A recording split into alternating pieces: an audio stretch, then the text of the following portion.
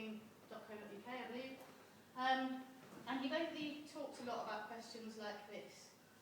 What colour is Tuesday? And the idea with these questions is they're questions that have no answer. To get children thinking, brain activities, get them going in the morning, the kind of things that you can do as a kind of starter to get children talking. And the children it trips up to start with are the children who are used to knowing everything. So I started using them in class at the beginning of lessons because I taught the higher ability, and they were the kind of children that used to, yeah, I know that. And you give them a question like this, and the children that are usually lower down actually find they're just quite happy to go, well, it starts with a T, so does turquoise, and try and get some logic in, or just to have a random idea, like I like to eat ice cream on Tuesday, I like vanilla and banana's yellow, so I make, and they'll come up with all sorts of things. The children that are used to knowing will kind of go, I'm not sure what to do, and you can see smoke coming out of the ears, and everyone gets a bit panicked. Questions also such as, if a car's broken down, is it hot? So you start drawing out, and this is primary level, but they're starting to draw out kind of philosophical ideas as well. And so more and more, you're basically getting them into the idea of thinking about things based on what their opinions are, not playing what's in the teacher's head. So it's kind of making them realise that these questions don't have an answer, and the more they do them, the more they get into it. But as soon as you put the question up at the beginning of the lesson, they just all start chatting and they come up with all these ideas, and you just pick a few people.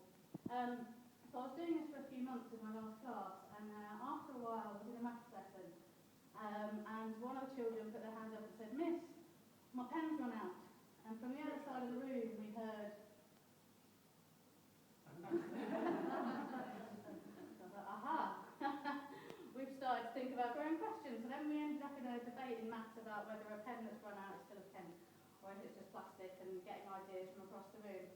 So I decided they were ready for another step then, once they'd kind of got it in. So the next bit is, if a question only has one answer, is it even worth asking?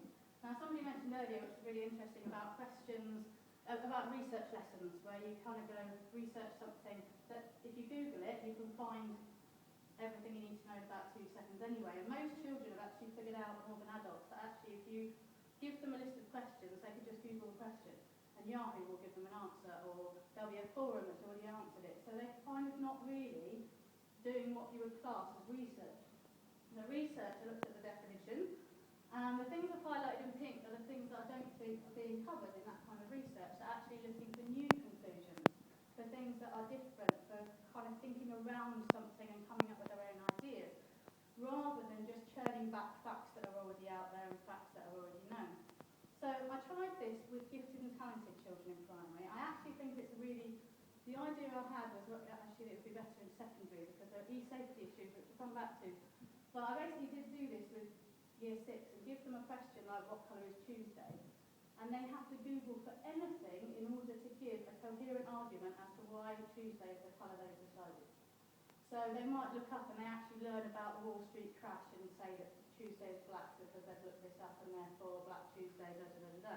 So they start researching things that you wouldn't have given them and then putting their own conclusions together, and you can use it then to either do persuasive writing, debates, anything where they've got to kind of then put forward their discussions. They've got to prove themselves basically on something that doesn't have a clear answer.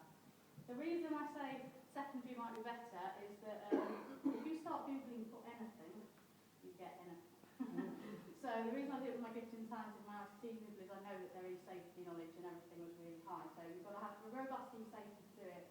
Or I think secondary, given a question that has no answer and ask them to find an answer that they've decided. And my last